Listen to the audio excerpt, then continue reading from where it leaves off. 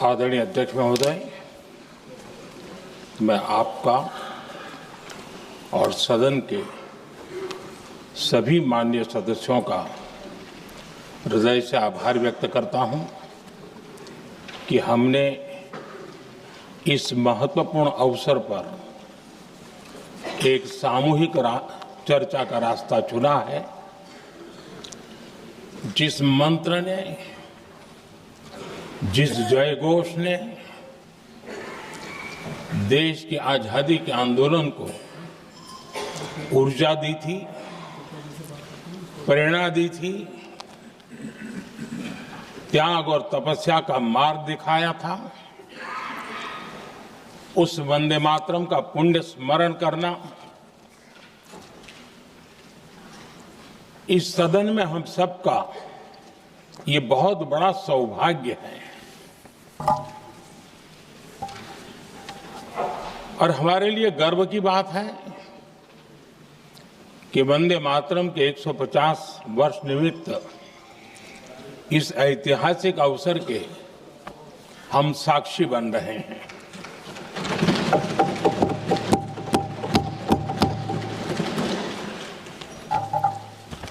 एक ऐसा कालखंड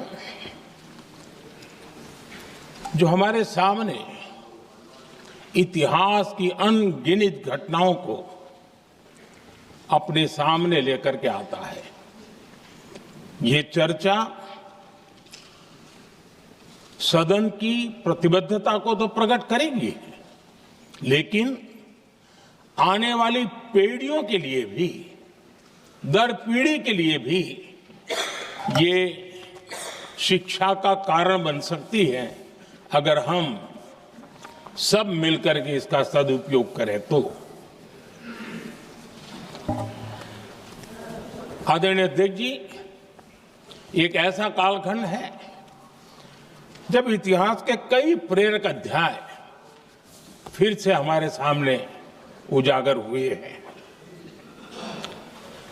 अभी अभी हमने हमारे संविधान के 75 वर्ष गौरवपूर्व मनाए हैं। आज देश सरदार वल्लभ भाई पटेल की और भगवान बिरसा मुंडा की 150वीं जयंती भी मना रहा है। और अभी अभी हमने गुरु तेग बहादुर के 350वां बलिदान दिवस भी मनाया। और आज हम वंदे मातरम की 150 वर्ष निमित्त सदन की एक सामूहिक ऊर्जा को, उसकी अनुभूति करने का प्रयास कर रहे हैं। वंदे मातरम 150 वर्ष की यात्रा अनेक पड़ावों से गुजरी है, लेकिन आदरणीय अध्यक्ष जी, वंदे मातरम का जब 50 वर्ष हुए तब देश गुलामी में जीने के लिए मजबूर था। और वंदे मातरम के 100 साल हुए तब देश आपातकाल की जंजीरों में जकड़ा हुआ था।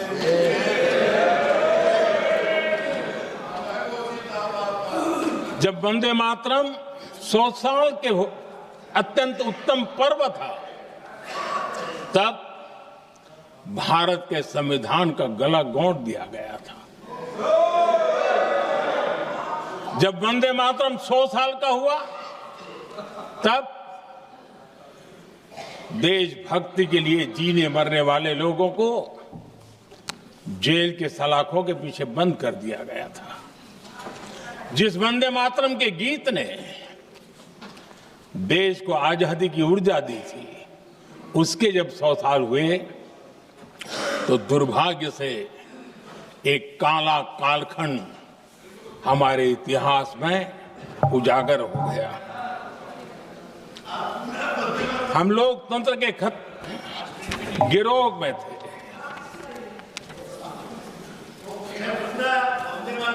आदरणीय अध्यक्ष जी, 150 वर्ष उस महान अध्याय को, उस गौरव को पुनः स्थापित करने का अवसर है और मैं मानता हूं सदन ने भी और देश ने भी इस अवसर को जाने नहीं देना चाहिए। यही वंदे मातरम है जिसने 1947 में देश को आजादी दिलाई। स्वतंत्रता संग्राम का भावात्मक नेतृत्व इस वंदे मातरम के जयघोष में था। आदरणीय अध्यक्ष जी, आपके समक्ष आज जब मैं वंदे मातरम 150 निमित्त चर्चा के लिए आरंभ करने खड़ा हुआ हूं, यहां कोई पक्ष प्रतिपक्ष नहीं है, क्योंकि हम सब यहां जो बैठे हैं एक्चुअली हमारे लिए रण स्वीकार करने का अवसर है कि जिस वंदे मातरम के कारण लक्षावधि लोग आजादी का आंदोलन चला रहे थे और उसी का परिणाम है कि आज हम सब यहां बैठे हैं। और इसलिए हम सभी सांसदों के लिए, हम सभी जनप्रतिनिधियों के लिए वंदे मातरम के रण स्वीकार करने का ये पावन पर्व है।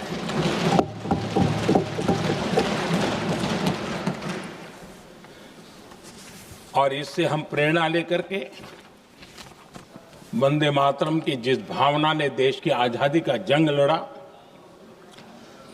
उत्तर दक्षिण पूर्व पश्चिम पूरा देश एक स्वर से वंदे मातरम बोल के आगे बढ़ा। फिर से एक बार अवसर है, आओ हम सब मिल के चले, देश को साथ लेके चले। आजादी के दीवानों ने जो सपने देखे थे उन सपनों को पूरा करने के लिए वंदे मातरम 150 हम सबकी प्रेरणा बने, हम सबकी ऊर्जा बने और देश आत्मनिर्भर बने। 2047 में विकसित भारत बना करके हम रहे, इस संकल्प को दोहराने के लिए ये वंदे मातरम हमारे लिए एक बहुत बड़ा अवसर है। आदरणीय अध्यक्ष जी, दादा तबीयत तो ठीक है ना? नहीं, कभी कभी इस उम्र में हो जाता है। आदरणीय अध्यक्ष जी, वंदे मातरम की इस यात्रा की शुरुआत बंकिम चंद्र जी ने 1875 में की थी और गीत ऐसे समय लिखा गया था जब 1857 के स्वातंत्र संग्राम के बाद अंग्रेज सल्तनत बौखलाई हुई थी, भारत पर भांति भांति के दबाव डाल रही थी, भांति भांति के जुल्म कर रही थी और भारत के लोगों को मजबूर किया जा रहा था अंग्रेजों के द्वारा। और उस समय उनका जो राष्ट्रीय गीत था, गॉड सेव द क्वीन, इसको भारत में घर घर पहुंचाने का एक षड्यंत्र चल रहा था। ऐसे समय बंकिम दा ने चुनौती दी और ईंट का जवाब पत्थर से दिया और उसमें से वंदे मातरम का जन्म हुआ।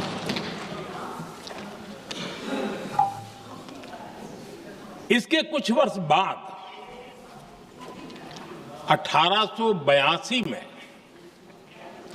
जब उन्होंने आनंद मठ लिखा तो इस गीत का उसमें समावेश किया गया। आदरणीय अध्यक्ष जी, वंदे मातरम ने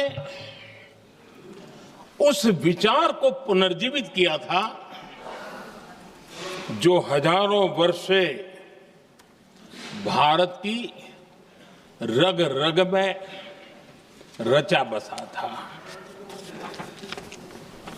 उसी भाव को, उसी संस्कारों को, उसी संस्कृति को, उसी परंपरा को उन्होंने बहुत ही उत्तम शब्दों में, उत्तम भाव के साथ वंदे मातरम के रूप में हम सबको बहुत बड़ी सौगात दी थी।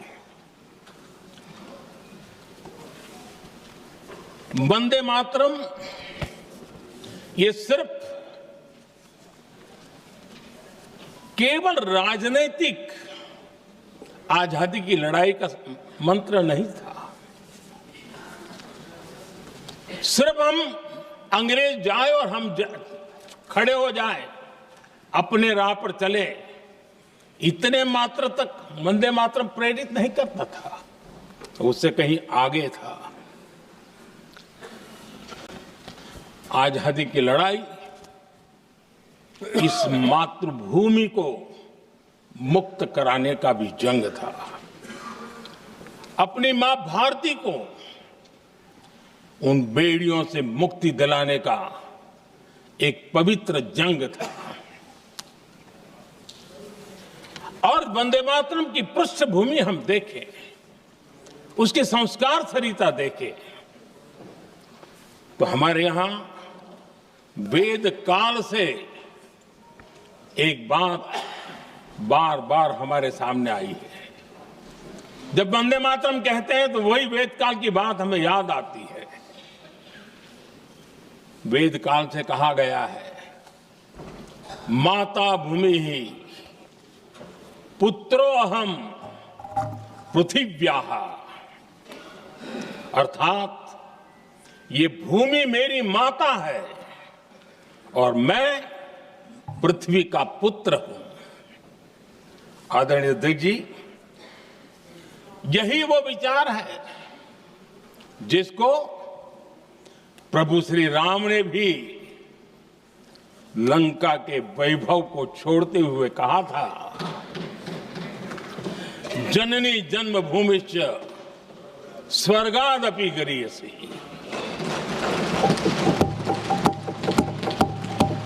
वंदे मातरम यही महान सांस्कृतिक परंपरा का एक आधुनिक अवतार है। आदरणीय अध्यक्ष जी, बंकिम दा ने जब वंदे मातरम की रचना की तो स्वाभाविक ही वो स्वतंत्रता आंदोलन का स्वर बन गया।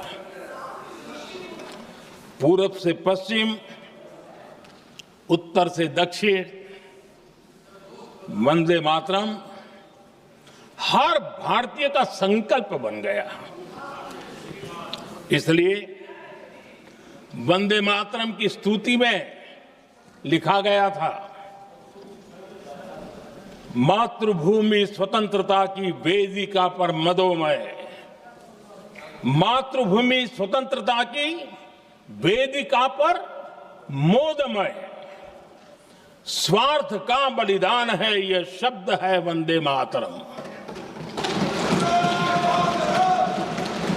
है सजीवन मंत्र भी, यह विश्व विजयी मंत्र भी, शक्ति का आह्वान है यह शब्द वंदे मातरम। उष्ण शोणित से लिखो, वक्षस्थली को चीरकर, वीर का अभिमान है यह शब्द वंदे मातरम। आदरणीय अध्यक्ष जी, कुछ दिन पूर्व जब वंदे मातरम 150 का आरंभ हो रहा था तो मैंने उस आयोजन में कहा था, वंदे मातरम हजारों वर्ष की सांस्कृतिक ऊर्जा भी थी, उसमें आजादी का जज्बा भी था और आजाद भारत का विजन भी था। अंग्रेजों के उस दौर में एक फैशन हो गई थी भारत को कमजोर, निकम्मा, आलसी, कर्महीन, इस प्रकार भारत को जितना नीचा दिखा सके ऐसी एक फैशन बन गई थी। और उसमें हमारे यहां भी जिन्होंने तैयार किए थे वो लोग भी वही भाषा बोलते थे। तब बंकिम दा ने उस हीन भावना को भी झकझोरने के लिए और सामर्थ्य का परिचय कराने के लिए वंदे मातरम के भारत के सामर्थ्यशाली स्वरूप को प्रकट करते हुए आपने लिखा था,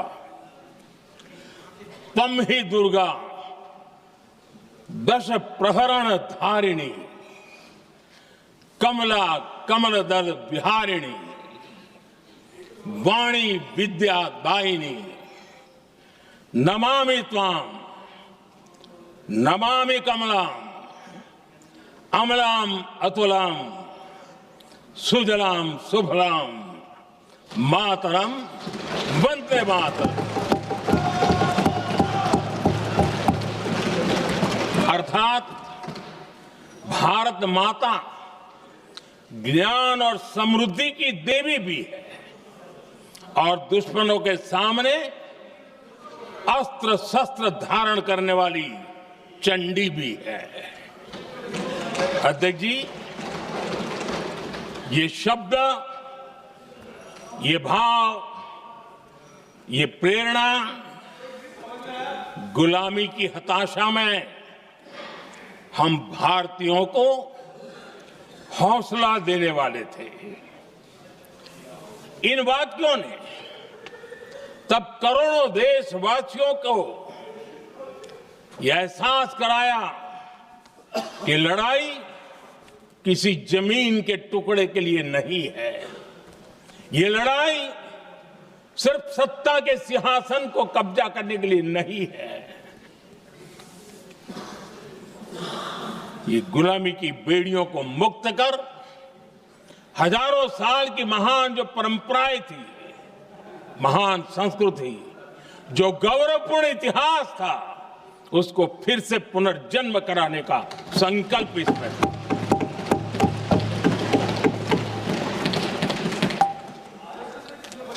आदरणीय अध्यक्ष जी,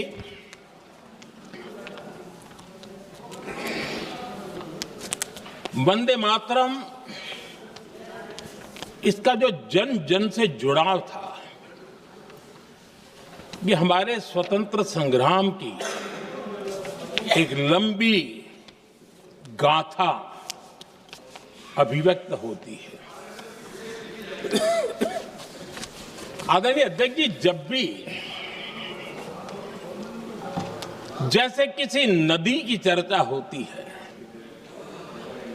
चाहे सिंधु हो, सरस्वती हो, कावेरी हो, गोदावरी हो, गंगा हो, यमुना हो,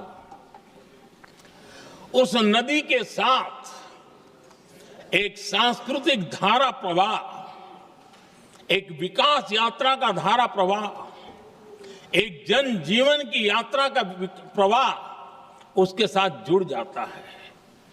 लेकिन क्या कभी किसी ने सोचा है कि आजादी जंग के हर पड़ाव, वो पूरी यात्रा वंदे मातरम की भावनाओं से गुजरता था, उसके तट पर पल्लवित होता था। ऐसा भाव काव्य शायद दुनिया में कहीं उपलब्ध नहीं होगा। आदरणीय अध्यक्ष जी,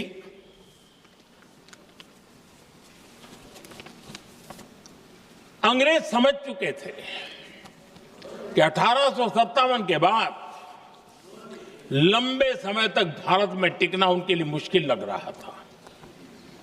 और जिस प्रकार से वो अपने सपने लेकर के आए थे, तब उनको लगा कि जब तक जब तक भारत को बांटेंगे नहीं, जब तक भारत को टुकड़ों में नहीं बांटेंगे, भारत में ही लोगों को एक दूसरे से लड़ाएंगे नहीं, तब तक यहां राज करना मुश्किल है। और अंग्रेजों ने बांटो और राज करो इस रास्ते को चुना और उन्होंने बंगाल को इसकी प्रयोगशाला बनाया, क्योंकि अंग्रेज भी जानते थे वो एक वक्त था जब बंगाल का बौद्धिक सामर्थ्य देश को दिशा देता था, देश को ताकत देता था, देश को प्रेरणा देता था। और इसलिए अंग्रेज भी चाहते थे कि बंगाल का ये जो सामर्थ्य है वो पूरे देश की शक्ति का एक प्रकार से केंद्र बिंदु है। और इसलिए अंग्रेजों ने सबसे पहले बंगाल के टुकड़े करने की दिशा में काम किया। और अंग्रेजों का मानना था कि एक बार बंगाल टूट गया तो ये देश भी टूट जाएगा और वो यावत चंद्र दिवाकरो राज करते रहेंगे, ये इनकी सोच थी। 1905 में अंग्रेजों ने बंगाल का विभाजन किया, लेकिन जब अंग्रेजों ने 1905 में ये पाप किया तो वंदे मातरम चट्टान की तरह खड़ा रहा। बंगाल की एकता के लिए वंदे मातरम गली गली का नाद बन गया था और वही नारा प्रेरणा देता था। अंग्रेजों ने बंगाल विभाजन के साथ ही भारत को कमजोर करने के बीच और अधिक बोने की दिशा पकड़ ली थी, लेकिन वंदे मातरम एक स्वर एक सूत्र के रूप में अंग्रेजों के लिए चुनौती बनता गया और देश के लिए चट्टान बनता गया। आदरणीय अध्यक्ष जी, बंगाल का विभाजन तो हुआ, लेकिन एक बहुत बड़ा स्वदेशी आंदोलन खड़ा हुआ और तब वंदे मातरम हर तरफ गूंज रहा था। अंग्रेज समझ गए थे कि बंगाल की धरती से निकला बंकिम दा का ये भाव सूत्र।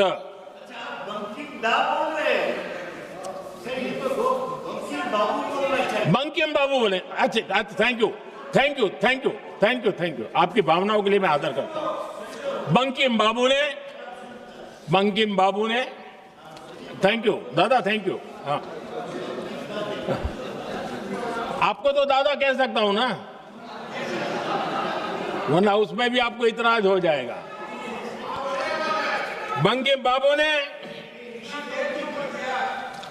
ये जो भाव विश्व तैयार किया था, उनके भाव गीत के द्वारा उन्होंने अंग्रेजों को हिला दिया। और अंग्रेजों ने देखिए कितनी कमजोरी होगी और इस गीत की ताकत कितनी होगी, अंग्रेजों ने उसको कानूनी रूप से प्रतिबंध लगाने के लिए मजबूर होना पड़ा था। गाने पर सजा, छापने पर सजा, इतना ही नहीं, वंदे मातरम शब्द बोलने पर भी सजा। इतने कठोर कानून लागू कर दिए गए थे। हमारे देश की आजादी के आंदोलन में सैकड़ों महिलाओं ने नेतृत्व किया, लक्षावधि महिलाओं ने योगदान दिया। एक घटना का मैं जिक्र करना चाहता हूं। 22 साल बारिसाल में वंदे मातरम गाने पर सर्वाधिक जुल्म हुए थे। वो बारिसाल आज भारत का हिस्सा नहीं रहा है और उस समय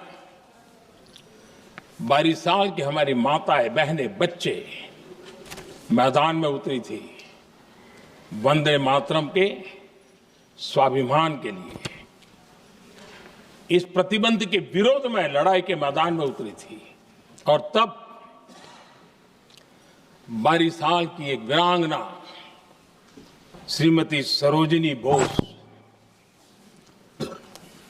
जिन्होंने उस जमाने में वहां की भावना को देखिए और उन्होंने कहा था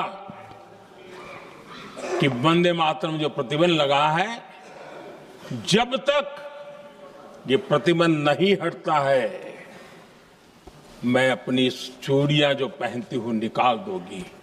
भारत में वो एक जमाना था, चूड़ी निकालना यानी महिला के जीवन की एक बहुत बड़ी घटना हुआ करती, लेकिन उनके लिए वंदे मातरम की वो भावना थी। उन्होंने अपनी सोने की चूड़ियां, जब तक वंदे मातरम प्रतिबंध नहीं हटेगा मैं दोबारा नहीं धारण करूंगी, ऐसा बड़ा व्रत ले लिया था। हमारे देश के बालक भी पीछे नहीं रहे थे। उनको कोड़े की सजा होती थी, छोटी छोटी उम्र में उनको जेल में बंद कर दिया जाता। और उन दिनों खास करके बंगाल की गलियों में लगातार वंदे मातरम के लिए प्रभात फेरियां निकलती थी। अंग्रेजों के नाक को दम कर दिया था। और उस समय एक गीत गूंजता था बंगाल में, जाए जाबे जीवनो चोले, जाए जाबे जीवनो चोले, जोगो तो माजे तोमार काजे वंदे मातरम बोले। अर्थात हे मां, संसार में तुम्हारा काम करते और वंदे मातरम कहते जीवन भी चला जाए तो वो जीवन भी धन्य है। ये बंगाल की गलियों में बच्चे कह रहे हैं।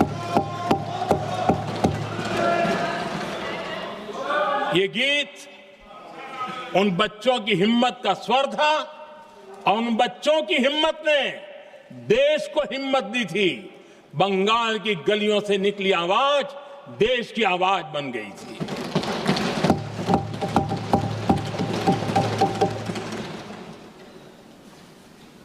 उन्नीस 1905 में फरीदपुर के गांव में बहुत छोटी छोटी उम्र के बच्चे जब वंदे मातरम के नारे लगा रहे थे, अंग्रेजों ने बेरहमी से उन पर कोड़े मारे थे।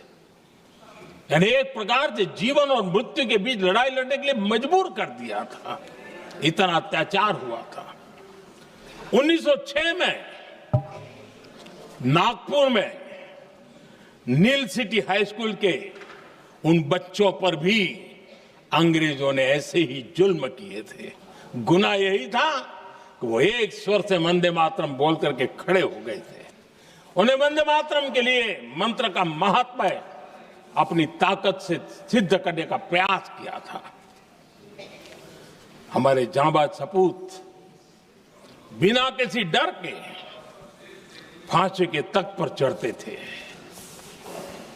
और आखिरी सांस तक वंदे मातरम, वंदे मातरम, वंदे मातरम, यही उनका भाव घोष रहता था।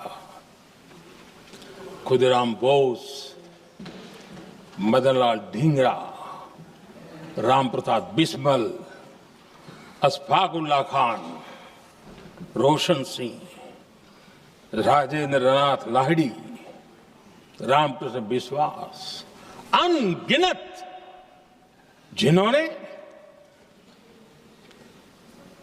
वंदे मातरम कहते कहते फांसी के फंदे को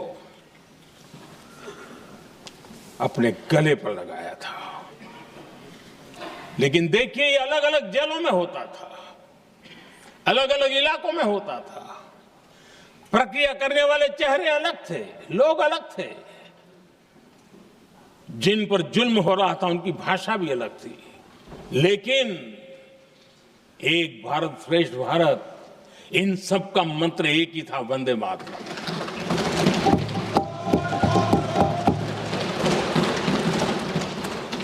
चटगांव की स्वराज क्रांति, जिन युवाओं ने अंग्रेजों को चुनौती दी, वे भी इतिहास के चमकते हुए नाम है। हरगोपाल बाग, पुलिन विकास घोष, त्रिपुर सेन, इन सब ने देश के लिए अपना बलिदान दिया। मास्टर सूर्यसेन को 1934 में जब फांसी दी गई, तब उन्होंने अपने साथियों को एक पत्र लिखा और पत्र में एक ही शब्द की गूंज थी और वो शब्द था वंदे मातरम।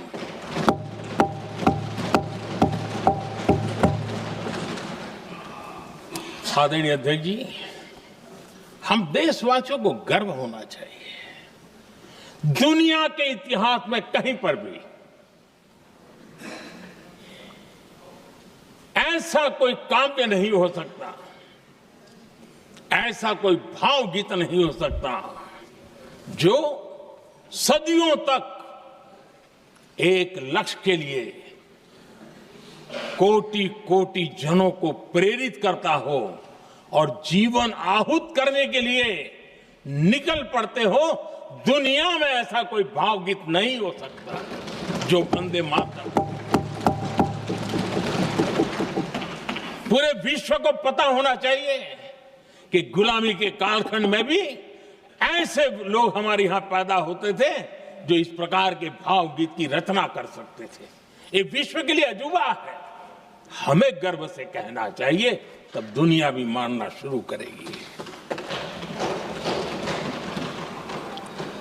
ये हमारी स्वतंत्रता का मंत्र था, ये बलिदान का मंत्र था, ये ऊर्जा का मंत्र था, ये सात्विकता का मंत्र था, ये समर्पण का मंत्र था, ये त्याग और तपस्या का मंत्र था, संकटों को सहने का सामर्थ्य देने का ये मंत्र था, और वो मंत्र वंदे मातरम था। और इसलिए गुरुदेव रविंद्रनाथ टैगोर ने लिखा था,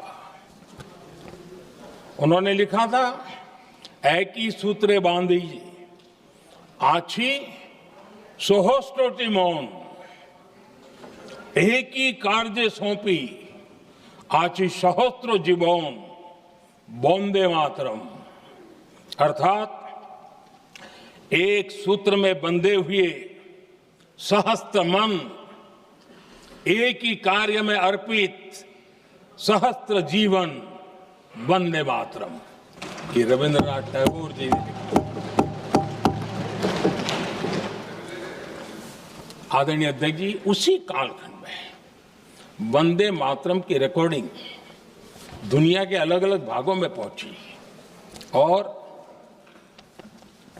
लंदन में जो क्रांतिकारियों की एक प्रकार से तीर्थ भूमि बन गया था, वो लंदन का इंडिया हाउस, वीर सावरकर जी ने वहां वंदे मातरम गीत, और वहां ये गीत बार बार गूंजता था। देश के लिए जीने मरने वालों के लिए वो एक बहुत बड़ा प्रेरणा का अवसर रहता था। उसी समय बिपिन चंद्र पाल और महर्षि अरविंद घोष, उन्होंने अखबार निकाले, उस अखबार का नाम भी उन्होंने वंदे मातरम रखा। यानी डगर डगर पर अंग्रेजों की नींद हराम करने के लिए वंदे मातरम काफी हो जाता था, और इसलिए उन्होंने इस नाम रखा। अंग्रेजों ने अखबारों पर रोक लगा दी, तो मैडम भिकाजी कामा ने पेरिस में एक अखबार निकाला और उसका नाम उन्होंने वंदे मातरम रखा। आदरणीय अध्यक्ष जी, वंदे मातरम ने भारत को स्वावलंबन का रास्ता भी दिखाया। उस समय माचिस की डिबिया, मैच बॉक्स, वहां से लेकर के बड़े बड़े शिप, उस पर भी वंदे मातरम लिखने की परंपरा बनी और बाहरी कंपनियों को चुनौती देने का एक माध्यम बन गया, स्वदेशी का एक मंत्र बन गया। आजादी का मंत्र स्वदेशी के मंत्र की तरफ विस्तार होता गया। आदरणीय अध्यक्ष जी, मैं एक और घटना का जिक्र भी करना चाहता हूं। 1907 में जब वीओ चिदम्बरम पिल्लाई उन्होंने स्वदेशी कंपनी का जहाज बना तो उस पर भी लिखा था वंदे मातरम।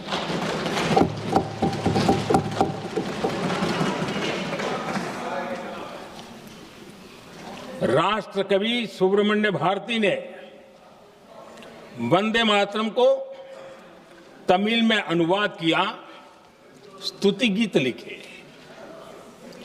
उनके कई तमिल देशभक्ति गीतों में वंदे मातरम की श्रद्धा साफ साफ नजर आती है। शायद सभी लोगों को, हो सकता है तमिलनाडु के लोगों को पता हो, लेकिन सभी लोगों को ये बात का पता ना हो कि भारत का ध्वज गीत भी सुब्रमण्यम भारती ने ही लिखा था। उस ध्वज गीत का वर्णन जिस पर वंदे मातरम लिखा हुआ था, तमिल में इस ध्वज गीत का शीर्षक था ताइन माणी कोड़ी पारीर, तालंदु पणिंदु पुलहिंद्रु वारीर। अर्थात देश प्रेमियों, दर्शन कर लो, सविनय अभिनंदन कर लो, मेरी मां की दिव्य ध्वजा का वंदन कर लो।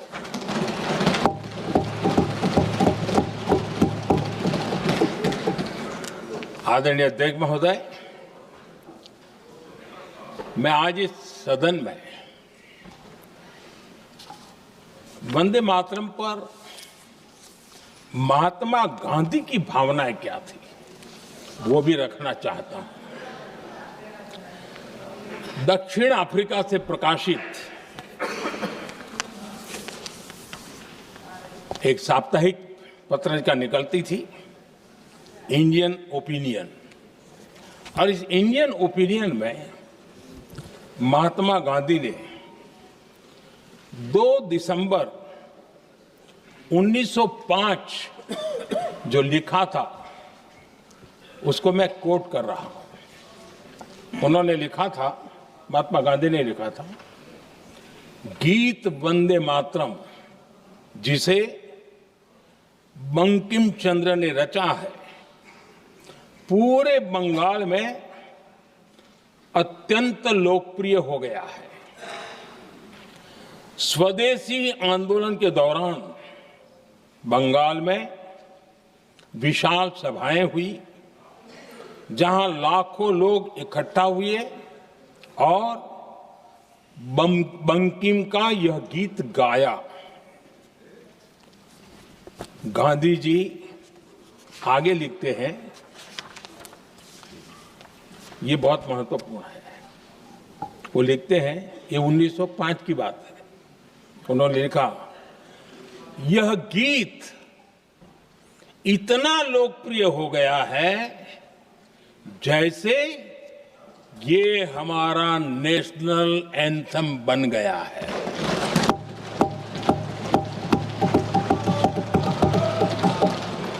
इसकी भावनाएं महान है और यह अन्य राष्ट्रों के गीतों से अधिक मधुर है। इसका एकमात्र उद्देश्य हम में देशभक्ति की भावना जगाना है।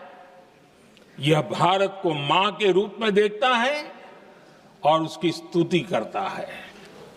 अध्यक्ष जी, जो वंदे मातरम 1905 में महात्मा गांधी को नेशनल एंथम के रूप में दिखता था, देश के हर कोने में, हर व्यक्ति के जीवन में जो भी देश के लिए जीता जानता, देश के लिए जागता था, उन सब के लिए वंदे मातरम की ताकत बहुत बड़ी थी। वंदे मातरम इतना महान था, जिसकी भावना इतनी महान थी,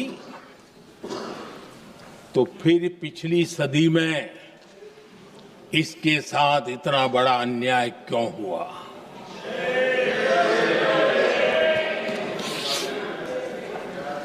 वंदे मातरम के साथ विश्वासघात क्यों हुआ?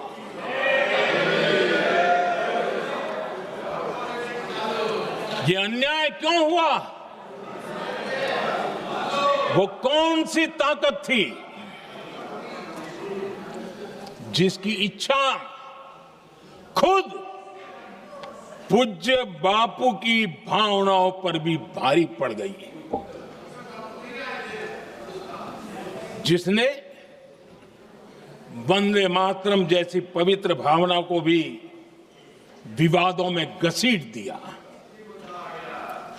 मैं समझता हूं कि आज जब हम वंदे मातरम के 150 वर्ष का पर्व मना रहे हैं, चर्चा कर रहे हैं, तो हमें उन परिस्थितियों को भी हमारी नई पीढ़ियों को जरूर बताना हमारा दायित्व है, जिससे के वजह से वंदे मातरम के साथ विश्वासघात किया गया। वंदे मातरम के प्रति मुस्लिम लीग की विरोध की राजनीति तेज होती जा रही थी। मोहम्मद अली जिन्ना ने लखनऊ से 15 अक्टूबर 1937 को वंदे मातरम के विरुद्ध का नारा बुलंद किया। फिर कांग्रेस के तत्कालीन अध्यक्ष जवाहरलाल नेहरू को अपना सिंहासन डोलता दिखा। बजाय कि नेहरू जी मुस्लिम लीग के आधारहीन बयानों को तगड़ा जवाब देते, करारा जवाब देते, मुस्लिम लीग के बयानों की निंदा करते,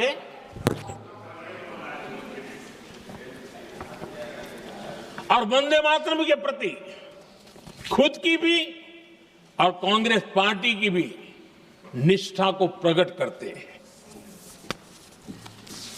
लेकिन उल्टा हुआ। वो ऐसा क्यों कर रहे, वो तो पूछा ही नहीं, न जाना, लेकिन उन्होंने वंदे मातरम की ही पड़ताल शुरू कर दी। जिन्ना के विरोध के 5 दिन बाद ही 20 अक्टूबर को नेहरू जी ने नेताजी सुभाष बाबू को चिट्ठी लिखी। उस चिट्ठी में जिन्ना की भावना से नेहरू जी अपनी सहमति जताते हुए कि वंदे मातरम की, ये जो उन्होंने सुभाष बाबू को लिखा है, वंदे मातरम की आनंद मठ वाली पृष्ठभूमि मुसलमानों को इरिटेट कर सकती है। मैं नेहरू जी का कोट पढ़ता हूं। नेहरू जी कहते हैं, मैंने वंदे मातरम गीत का बैकग्राउंड पढ़ा है। नेहरू जी फिर लिखते हैं, मुझे लगता है कि ये जो बैकग्राउंड है इससे मुस्लिम भड़केंगे। साथियों, इसके बाद कांग्रेस की तरफ से बयान आया कि 26 अक्टूबर से कांग्रेस कार्य समिति की एक बैठक कोलकाता में होगी, जिसमें वंदे मातरम के उपयोग की समीक्षा की जाएगी। बंकिम बाबू का बंगाल, बंकिम बाबू का कोलकाता, और उसको चुना गया और वहां पर समीक्षा करना तय किया। पूरा देश हतप्रभ था, पूरा देश हैरान था।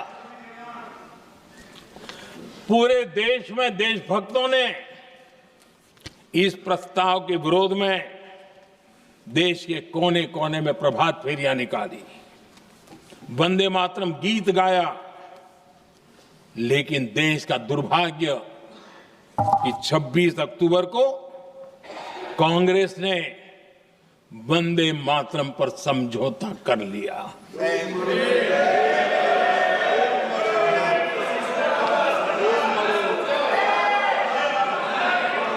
वंदे मातरम के टुकड़े करने के फैसले में,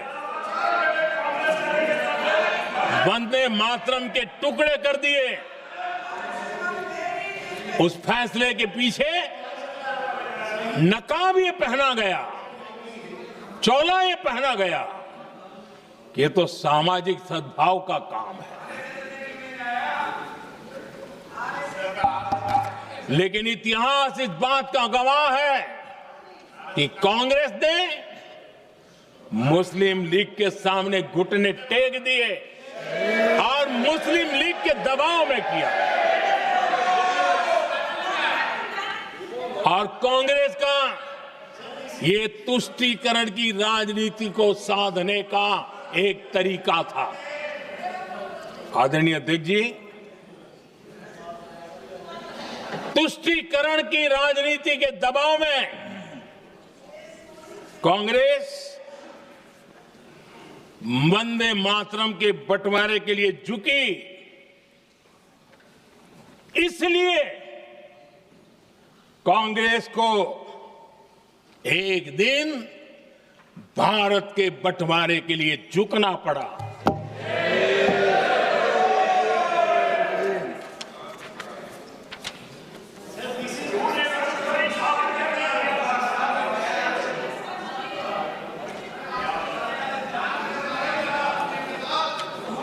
मुझे लगता है कांग्रेस ने आउटसोर्स कर दिया है।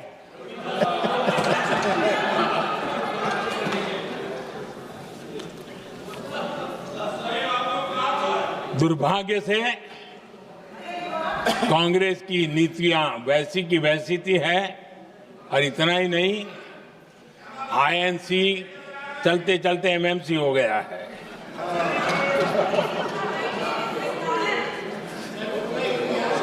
आज भी कांग्रेस और उसके साथी और जिन जिन के नाम साथ कांग्रेस जुड़ा हुआ है, सब वंदे मातरम पर विवाद खड़ा करने की कोशिश करते हैं।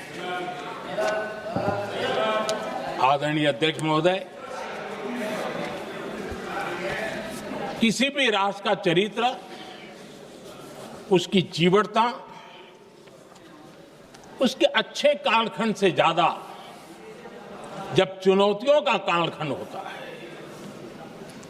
जब संकटों का कालखंड होता है, तब प्रकट होती है, उजागर होती है और सच्चे अर्थ में कसौटी से कसी जाती है।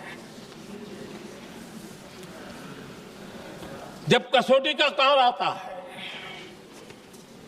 तब ही ये सिद्ध होता है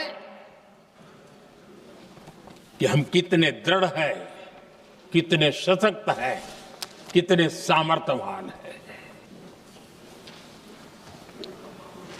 1947 में देश आजाद होने के बाद देश की चुनौतियां बदली, देश की प्राथमिकताएं बदली, लेकिन देश का चरित्र, देश की जीवटता वही रही, वही प्रेरणा मिलती रही। भारत पर जब जब संकट आए, देश हर बार वंदे मातरम की भावना के साथ आगे बढ़ा।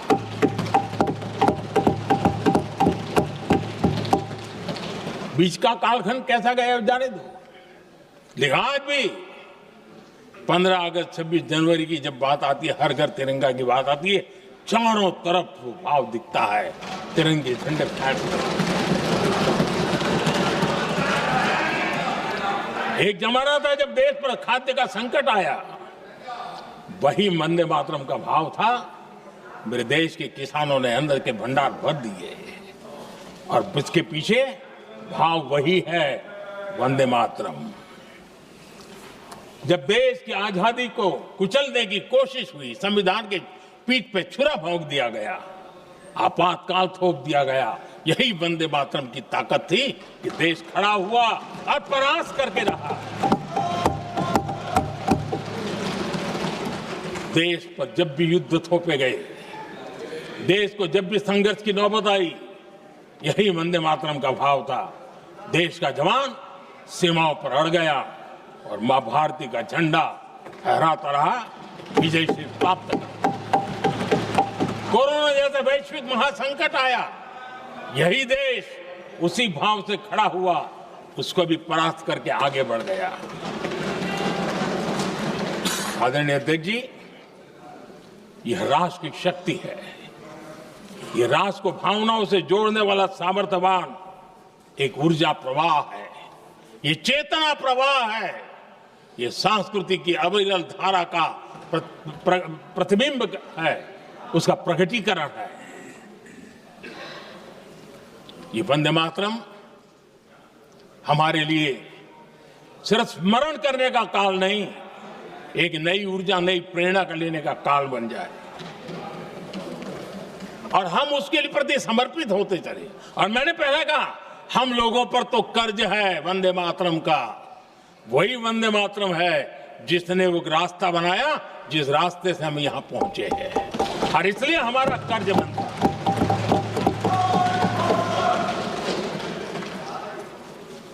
भारत हर चुनौतियों को पार करने में सामर्थ है। वंदे मातरम के भाव की वो ताकत है। वंदे मातरम ये सिर्फ गीत या भावगीत नहीं, ये हमारे लिए प्रेरणा है। राष्ट्र के प्रति कर्तव्यों के लिए हमें झकझोरने वाला काम है, और इसलिए हमें निरंतर इसको करते रहना होगा।